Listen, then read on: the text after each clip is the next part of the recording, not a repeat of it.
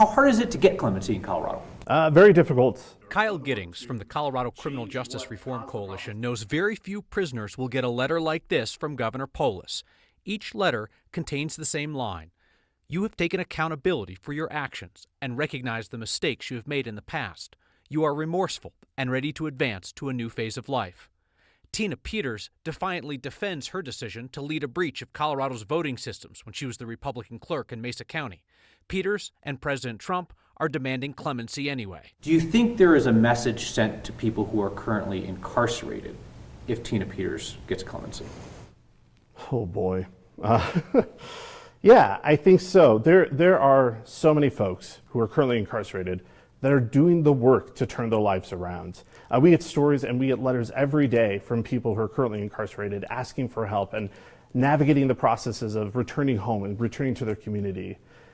Tina Peters getting clemency and jumping the line in front of all these people, especially the people that are already sitting and just waiting for a signature, sets a precedent that I just can't imagine what the impact would be on people that are currently incarcerated throughout Colorado. Michael Clifton can imagine the impact. I was gone for 24 and a half years. He served decades on a 98-year sentence before receiving clemency from Governor Polis, who praised Clifton's work putting together the Pathway to Freedom program to help inmates prepare to reenter society. I know a lot of people who are, definitely taking accountability and are contributing on the inside and, would die for an opportunity, would really, give anything for just an opportunity to live life again. Our analysis shows the average time served by an inmate receiving a commutation from Governor Polis was 21 years.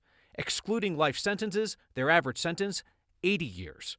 Tina Peters has served 1 year on a 9-year sentence. If somebody has served 10, 20, 30 years and have taken accountability and demonstrated change and transformation, I believe it's upon us as a society to provide that opportunity.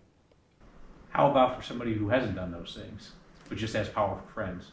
Well, I think that is a really, really tough decision.